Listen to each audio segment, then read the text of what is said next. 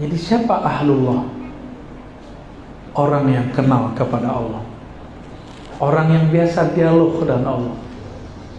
Ada ahlud dunya. Jadi di alam semesta ini hanya 3 keluarga. Ada ahlud dunya, ada ahlul akhirah, ada ahlullah. 3 aja. Ahlud dunya, mereka adalah orang yang beramalnya, baca Qur'annya untuk dunia, baca Qur'annya untuk kesejahteraan dunia, baca Qur'annya untuk popularitas, baca Qur'annya, ngajarnya, ngafalnya untuk mengumpulkan umat, untuk dirinya, bukan untuk Allah Subhanahu wa ta'ala. Mau kaya baca Waqiah, itu ahlu dunia itu. Mau sakti baca inna batsya rabbika lasyadid, pukul, itu ahlu dunia. Pengen melet, padahal ayatnya tuh. Saya kalau saya bacain, ntar pada praktek semua. Dibacain dekat kerbau, kerbaunya yang lengket. Ahlul akhirah, siapa ahlul akhirah? Mereka tidak baca Waqiah bukan pengen kaya, tapi ingin mendapatkan darajah fil jannah, makom di surga. Itu yang Nabi katakan, ya. Alladzi yaqra'ul Qur'an wa huwa mahirun bih ma'a safaratil kiramil bararah. Itu nama malaikat. Orang yang baca Quran dan dia mahir. Di riwayat lain hafizun, dalam riwayat Muslim, wa huwa hafizun lahu, dia menjaganya sehingga dia jadi mahir. Jadi hadis ini bisa digabung riwayatnya, karena dia jaga hatta yakuna mahiran, sehingga dia menjadi mahir. Kalau mahir gak terbata-bata lagi, maka Allah kirim bersama dia. Satu huruf itu ada malaikatnya, satu huruf ada malaikatnya. Bahkan dalam basmalah itu malaikat terbanyak di Quran, itu malaikat yang mikul bismillahirrahmanirrahim. Paling banyak itu malaikat yang mikulnya. Kalau kita dibukakan mata batin oleh Allah, mungkin kita pingsan-pingsan. Maka salah satu nikmat Allah kepada kita yang lemah ini, Allah tutup hijabnya dengan hijab cahaya, hijab pahala. Itu bismillah tuh. Nah, kalau bacanya betul-betul mahirun atau hafizunlah, maka Allah bersamai dia dengan malaikat yang disebut safarah. Safarah ini malaikat utusan. Malaikat utusan, safarah artinya utusan, yang bersafar untuk membersamai orang ini. Kiramil bararah, yang sangat pemurah, bararah sangat terpuji. Ini ahlul akhirah. Ahlul, biasanya anak-anak, orang-orang muda, orang baru hijrah dengar hadis ini dia semangat baca Quran, karena ingin bersama dengan malaikat. Ada yang gak puas, saya gak cukup dengan malaikat, saya ingin bersama dengan yang menurunkan Al-Quran. Itulah wabil haqqi nazal. Al-haq itu Allah Subhanahu wa ta'ala. Al-haq itu Allah itu sendiri, ya. Dengan al-haq lah Al-Quran itu turun. Maka tasdik dulu, baru turun Quran nurnya dalam kalbu, ya. Tasdik dulu kepada al-haq. Al-haq itu tidak ada miryah wala raib wala syak, tidak ada lagi keraguan di situ. Al-haqqu min rabbika, al-haqqu, al-haq dari Rabbmu, fala takunanna minal mumtarin. Maka jangan engkau ragu lagi. Ada sedikit keraguan di Quran, hati-hati, ya. Apalagi yang mengatakan Quran belum sempurna, ya. Dia nggak sempurna, Quran yang dia tuduh. Nah, berdasarkan ini, sahabat-sahabat yang muliakan Allah, ada yang ketiga, dia baca Quran bukan karena dunia, bukan ingin sakti, bukan ingin kaya, bukan ingin sekedar surga. Dia ingin berkalam-kalam dengan yang punya surga.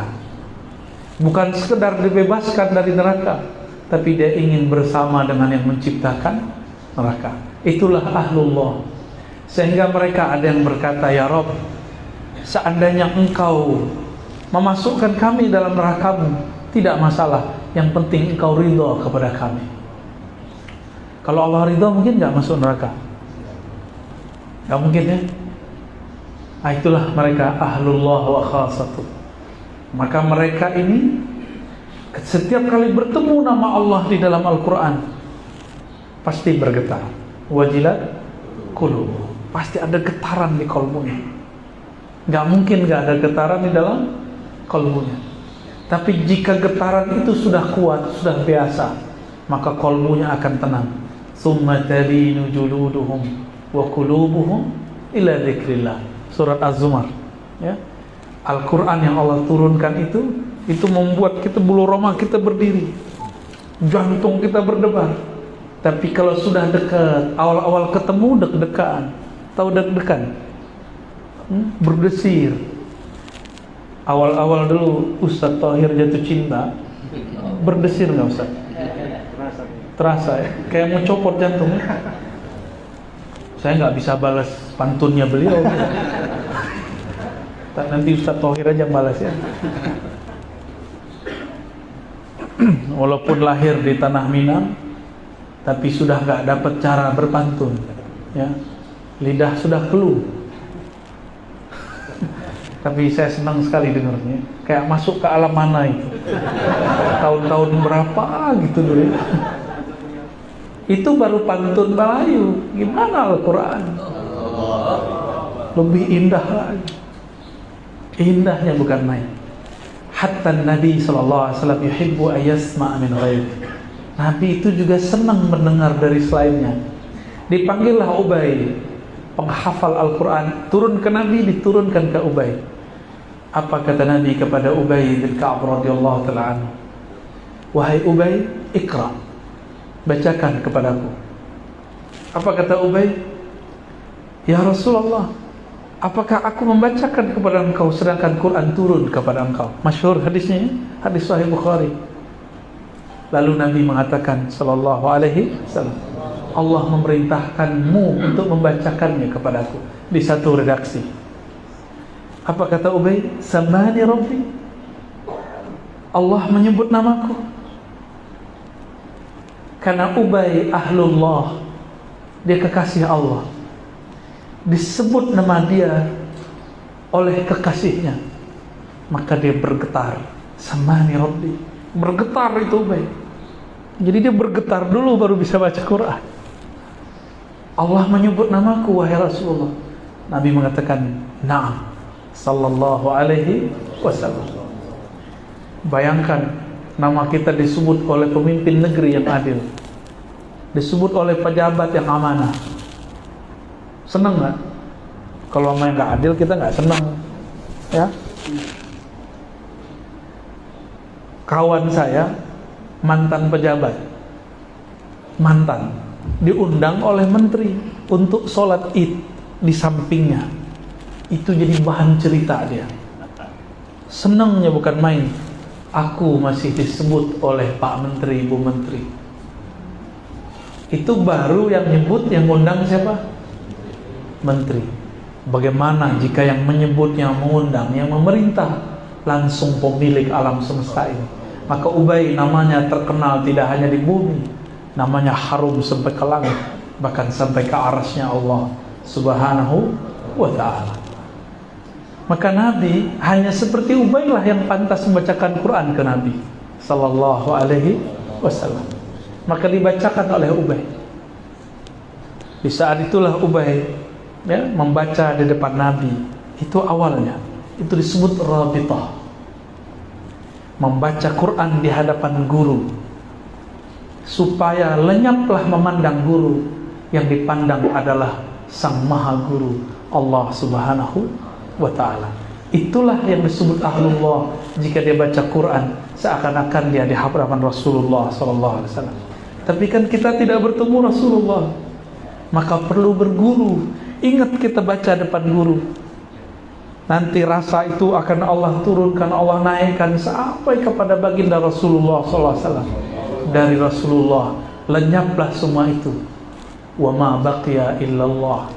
Yang tersisa rasa itu, pandang itu hanya Allah Subhanahu wa taala. Baru orang ini yakhiruna sujada, dia dibacakan Quran, dia tersungkur sujud, karena saat itu yang terpandang dalam dirinya cuma Allah Subhanahu wa taala. Ya. Maka para asatis, PR kita masih banyak mau jadi ahlullah. Ya, jangan-jangan kita baca Quran masih karena ada jamaah. Suaranya disudes-sudeskan supaya besok diajak umroh bareng. Ya. Suaranya dimatrut-matrutkan, ntar matrut jadinya. Tahu matrut? Ditolak. Suaranya diafasi-afasikan, ya, misyari-misyarikan. Udahlah, bacalah Quran dengan bahasa kita, dengan suara kita.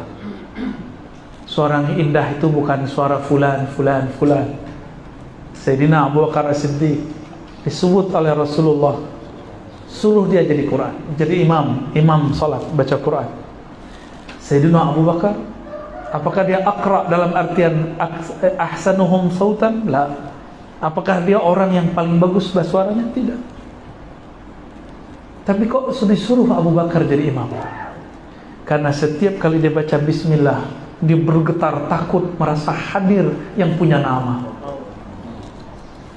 Dengan nama Allah, nama tidak pernah pisah dari yang punya nama. Itulah rasa yang muncul pada Sayyidina Abu Bakar. Maka baru dia takbir Allahu Akbar, suaranya langsung hilang. Takbir naik, salat sempurna. Wusul dia kepada Allah Subhanahu wa taala. Maka dia baca Quran, suaranya seperti orang nangis, terisak-isak.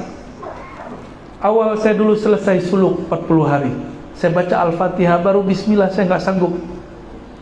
Baru paham, oh ini baru secercah, setitik rasa Abu Bakar As-Siddiq radhiyallahu taala anhu. Kita mau pindah ke Ar-Rahman, itu sudah nggak sanggup. Betapa besar dan beratnya nama itu. Oh, sekarang orang jadikan untuk musabaqah, boleh, tapi niatnya harus benar. Malah dijadikan bahan berdebat.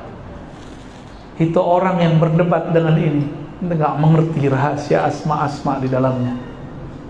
Maka PR kita banyak, Bu, ya, para asatis, supaya menjadi ahlullah, ya.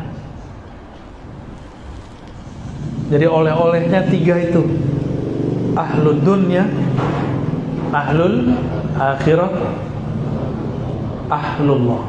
Kita ahlul Quran yang mana? Quran yang ahlul dunya, orang baca Quran yang dia ahlul akhirah, suka cari-cari pahala, atau ahlullah, ya. Tinggal dipilih, mau dapat dunia dengan Quran, mau dapat surga dengan Quran, atau ingin bersama yang punya surga dengan Al-Quran. Semoga kita dihantar kepada yang ketiga. Itulah ahlullah wa khassah, ya. Ada yang mau tanya? Silakan, ya. Silakan, mungkin Bapak Ustaz yang ditelepon dulu kita utamakan, ya. Antum pilih, ya. Akan sampai 10.30, ya. Bismillahirrahmanirrahim. Assalamualaikum warahmatullahi wabarakatuh. Assalamualaikum. Ada satu hal yang ingin saya tanyakan, Ustaz, dan banyak dipertanyakan oleh umat juga. Rasulullah Isra Mi'raj membawa risalah sholat, dan dipertanyakan masyarakat bagaimana sholat Rasul sebelum Isra Mi'raj, berapa waktu sebelumnya. Kemudian yang kedua, pada surah Al-Fil itu ada namanya burung ababil. Ketika burung itu memegang atau menggenggam batu sijil, pertanyaannya, dari manakah asal burung tersebut? Apakah burung dunia atau burung akhirat? Karena logikanya menjatuhkan batu sijil itu tembus sampai ke pasukan Abraham. Ini suatu pertanyaan yang mungkin yang di luar pemikiran kita, tapi mudah-mudahan ingin penjelasan. Terima kasih. Assalamualaikum warahmatullahi wabarakatuh. Waalaikumsalam. Saya kira dijawab Buya dulu, ya, kalau ada waktu. Saya jawab yang pertama aja. Jadi jatahnya satu pertanyaan. Bagaimana cara sholat baginda Rasulullah SAW sebelum Isra Mi'raj? Rasulullah itu sudah kenal Allah sebelum alam ini ada. Dalam hadis Imam Tirmizi, beliau ditanya, Abu Hurairah mengatakan, qalu mata wajabat lakan nubuwah. Hadis Tirmizi, hadis sahih.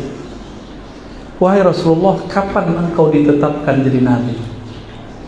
Nubuwah itu al-ilmu billah, pengetahuan tentang Allah. Lalu Nabi mengatakan, Adam baina ma'in wa tin. Adam belum dicipta, masih tanah.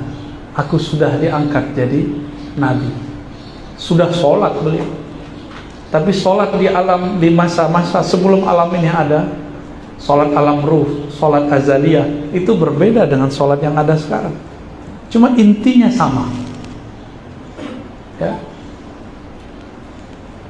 Nah, ini mau yang mana nih? Panjang itu. Ada sholat azaliyah, ada sholat ruhiyah, ada sholat dijamin, ada sholat ketika baru lahir. Makanya diazankan baru lahir. Kenapa diazankan? Kan azan mau sholat, supaya rasa sholat yang dulu itu masih ada. Fassalatu silatun. Sholat itu silah, silatul abdi wa rabbi, hubungannya dengan Allah subhanahu wa ta'ala. Maka bertanya Abu Darda, bagaimana engkau tahu? Kaifa tadri? Ya, atau ma sya'nuka ya Nabi? Bagaimana sebenarnya keadaan engkau tahu jadi nabi? Beliau menjawab, waktu kecil dadaku dibedah. Di saat itulah aku sadar. Jadi anak kecil kan sadarnya saat itu, umur 5 tahun, 7 tahun. Beliau sadar dirinya nabi. Itu beliau sudah sholat setiap nafasnya. Maka sholatnya Nabi sebelum jadi dapat wahyu Quran pertama, itu sholatnya sholat nafasnya. Nafas beliau sudah ingat Allah.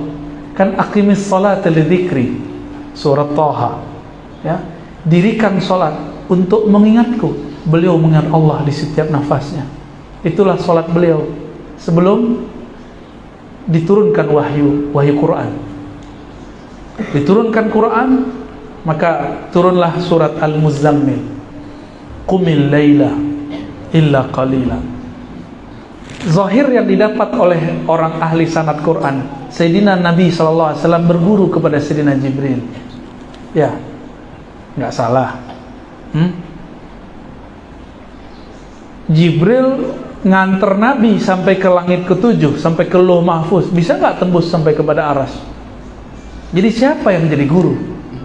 Sayyidina Nabi atau Sayyidina Jibril? Siapa guru sebenarnya?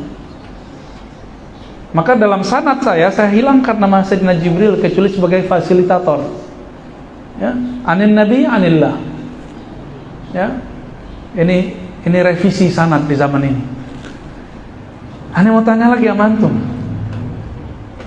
Sayyidina Jibril disebut sebagai guru Nabi Muhammad SAW. Oke? Tapi dia tidak diizinkan menyentuh ke batas-batas aras. Hanya Rasulullah yang diizinkan. Dan Rasulullah kan bermunajat, sholat di atas aras. Jadi aras itu adalah masjid terbesar. Maka disebut Ar-Rahman alal arsyis tawa. Disebutlah Baitur Rahman. Disitulah Rasulullah SAW bersujud kepada Allah Subhanahu Wa Taala. Jangan dikira ketemu Allah itu begini, ketemu kayak antum ketemu aneh sekarang, enggak. Itu sujud ketemunya. Rasulullah sujud di dunia ketemu Allah, di bumi, sujud di langit ketemu Allah, sujud di aras ketemu Allah. Maka pertemuan aras, pertemuan bumi, bedanya cuma beda manzilah. Bukan berarti Allah tinggal di aras. Ya. Allah sudah ada sebelum aras dicipta. Sebelum aras dicipta disebut al-ma, disebut ama, debu. Debu apa? Wallahu a'lam, itu rahasia Allah Subhanahu wa ta'ala. Ya, oh panjang itu ilmu ma'rifatullah itu Buya ya. Antum Buya juga kayaknya. Ya, yang kedua rahasia, belum boleh dibuka. Ya, tentang burung ababil. Ya, jangan diakal-akalin. Ya, Itu cakramnya dia, itu rahasia Allah itu. Kok megang nggak kebakar ya? Antum megang rokok aja bakar. Ya, fadhal. Baik, satu orang lagi mungkin. Satu orang lagi ya. Ustaz tua ya.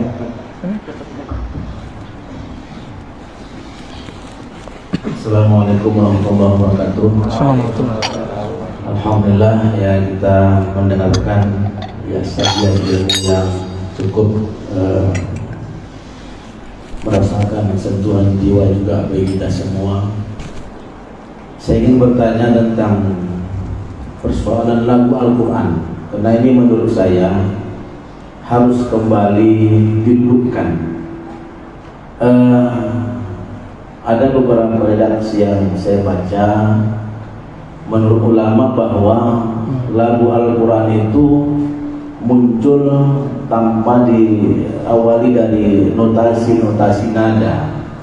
Karena menurut ulama lagu Al-Quran itu hadir ketika seseorang beribadah kepada Allah. Jadi kalau melihat redaksi ini, lagu Al-Quran itu muncul secara tidak diawali dengan teori begitu. Jadi lagu itu muncul ketika seseorang beribadah kepada Allah sehingga menjadi indahnya bacaan Al-Quran.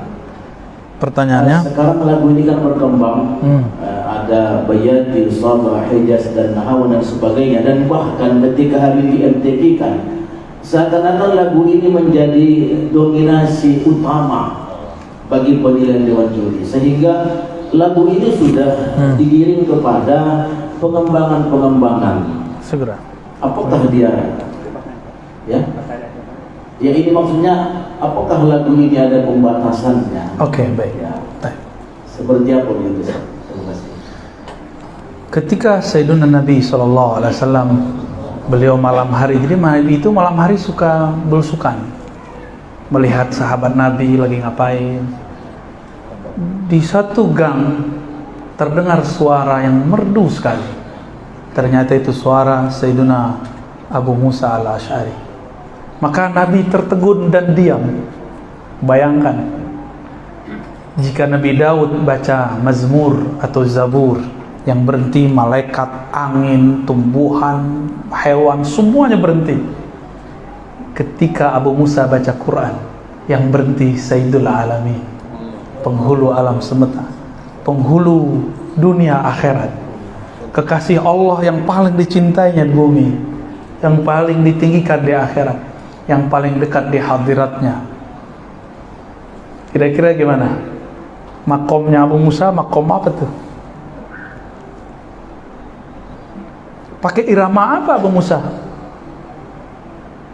Dia orang Yaman, maka dia pakai Yaman, Bani Asy'ariyah. Dia adalah njit kakeknya Al-Imam Abul Hasan Al-Asy'ari. Keberkahan beliau lah, maka keturunannya jadi imam. Apa kata Nabi? Sungguh Abu Musa utia, diberikan ya mizmar, seruling daripada mazamir Daud, seruling Nabi Daud. Pakai irama apa? Adakah Nabi membatasi? Tidak. Berarti yang penting sesuai dengan makharijul huruf, sesuai dengan hukum matnya, hukum tajwidnya. Sebenarnya yang sahih itu ilmu tajwid, bukan ilmu tahsin. Tapi tajwid itu artinya tahsin. Saya berharap nih para kiai, para ustadz jangan ngikut orang awam lah istilahnya tahsin-tahsinan. Kembalikan namanya kepada tajwid. Ya. Tajwid bersanad, hidupkan nama itu. Ya. Jazariyah kan antum pada punya semualah sanadnya. Yang ahlul Quran pasti punya sanad Jazariyah. Ke Imam Jazari. Itu cukup. Ya. Saya sangat takjub sekali dengan isinya, detail, setiap huruf dijelaskan dengan sedetail mungkin, dan tidak ada agama sebelum ini, sebelum agama Nabi Muhammad SAW yang detail cara membacanya. Makanya ketika ada kitab suci sebelah dulu dibaca dengan irama Mbak Yati, Mbak Nawa itu Abang Hijaz itu kayak saya mau mual dengernya, karena makharijnya nggak cocok ya, makharijul hurufnya nggak pas, matnya nggak pas ya, ala-ala dia aja ya. ketika dulu orang-orang Arab Ahlul Qurra ini sholat di Mekah, mereka mendengarkan orang-orang dari kampung Nahawan baca, kok indah sekali. Dia sholat baca Quran, indah sekali. Orang Arab itu dengar sekali irama bisa langsung hafal, maka ditirulah irama itu, jadi namanya Nahawan. Ya, Mekah Madinah itu disebut Hijaz. Hijaz ini ada pegunungan, ada kebun. Maka Hijaz Makkah beda iramanya dengan Hijaz Madinah, lebih kenceng Ahlul Makkah. Ya. Maka orang Mekah kalau ceramah, orang Hijaz tuh kalau ceramah itu bisa bikin kita tidur. Suaranya tuh enak, masuknya ke dalam alam memori kita. Ya. Enak mereka kalau baca. Begitulah terus. Itu semua diambil dari ulama-ulama Qurra yang mereka datang dari kampung mana bawa irama sendiri. Orang kampung Bandar Khalifah kali punya irama sendiri. Kalau di kampung saya irama saluang. Ya. Itu guru-guru tua dulu baca Qur'annya kayak seperti dengerin saluang. Ternyata saluang itu bukan dari sini juga, ada juga di Turki, ada juga di Persia, ada juga di tanah Arab sana. Ada Syekh Sa'ad Al-Ghamidi, tahu ya? Saya waktu puter itu di rumah dulu masih mengharamkan musik, jadi cuma ada Quran, nggak ada nasyid, nggak ada. Bapak saya bilang, itu suara kok kayak kakek ente dulu baca, katanya. Jadi dulu Sa'ad Al-Ghamidi baca Quran itu ternyata irama orang kampung dia. Dulu orang-orang kita kalau pulang dari Mekah baca Qurannya mirip dengan Sa'ad Al-Ghamidi. Contoh. As-Sudais kan baru-baru ini ya. Sudais itu cukup untuk didengerin aja, jangan dijadikan i'timad kalau mau tajwid. Ya, tajwid langsung ke ahlinya. Ini kan ada ahlinya, langsung dibenerin.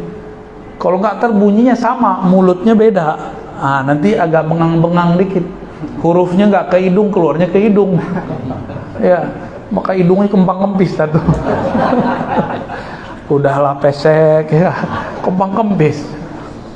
Jadi coba jatuhkan diri kita di hadapan guru, maka kita akan menerima darinya.